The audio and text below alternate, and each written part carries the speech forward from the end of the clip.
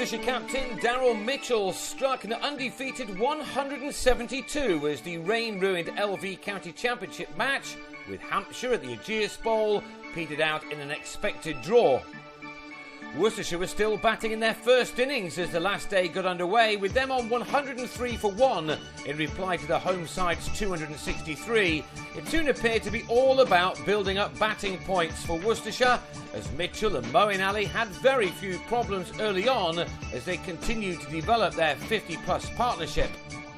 Mitchell had begun the day on 44 and was soon celebrating starting this summer with a half-century under his belt. It had come off 132 balls, with this being his fifth four. The pitch looked a nice one to bat on, and Ali, with some pressure on him at the start of this season, had no worries when Liam Dawson was brought into the attack. Ali simply lifted him for a 6. On his way to his own 50, which had used up 110 balls. As well as that maximum, the England hopeful had also struck 7 fours in an innings which just picked up from his form of last year. He was already showing that he has plenty of character. At 30 years of age, Mitchell is perhaps now reaching the peak of his batting powers. He's not one who is being talked about as a potential England opener this summer, but he is a man who's shown over the years that he is very capable of batting for long periods of time. He and his partner took their stand for the second wicket to 154 as their side earned their first batting bonus point of the summer with only 1 wicket down. A really good effort.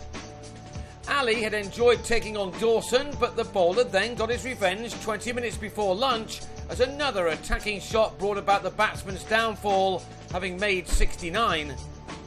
Dawson soon struck again to ruin Tom Kohler-Cadmore's first-class debut, much as expected locally of the 19-year-old, but here he'd made only 2 when he missed time to drive and fed Jimmy Adams an easy catch at mid-off. Mitchell went to lunch in the nervous 90s, and it took him no time at all after the break to turn his score into a 3-figure one. It was a disciplined knock from the skipper, who offered no chances of note to the bowling side. Indeed, a better start to the campaign he could not have made, as he reached his ton with a 3 from 208 deliveries. From those, he'd found the boundary rope on a dozen occasions. Indeed, his innings shone out like a beacon from the rest in this match. Alexei Kavesi was out for 10 as he pulled a Will Smith short ball out to the deep in the former Durham man's first over for his new county. Kavesi left with his side on 226 for 4. But as hard as they tried, and 7 bowlers were employed by Adams, none of the Hampshire attack could find a way to dislodge the magnificent Mitchell, who produced one shot of quality after another. All that work pre-season was really paying off now. It was just a shame for him that the game was drifting after all the rain of the first couple of days.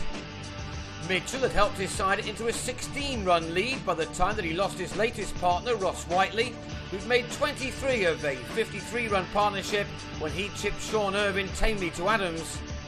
But there was no stopping Mitchell at the other end, and he picked up the pace as he approached his 150, getting to his mark with 4 fours in one single over from Irvine.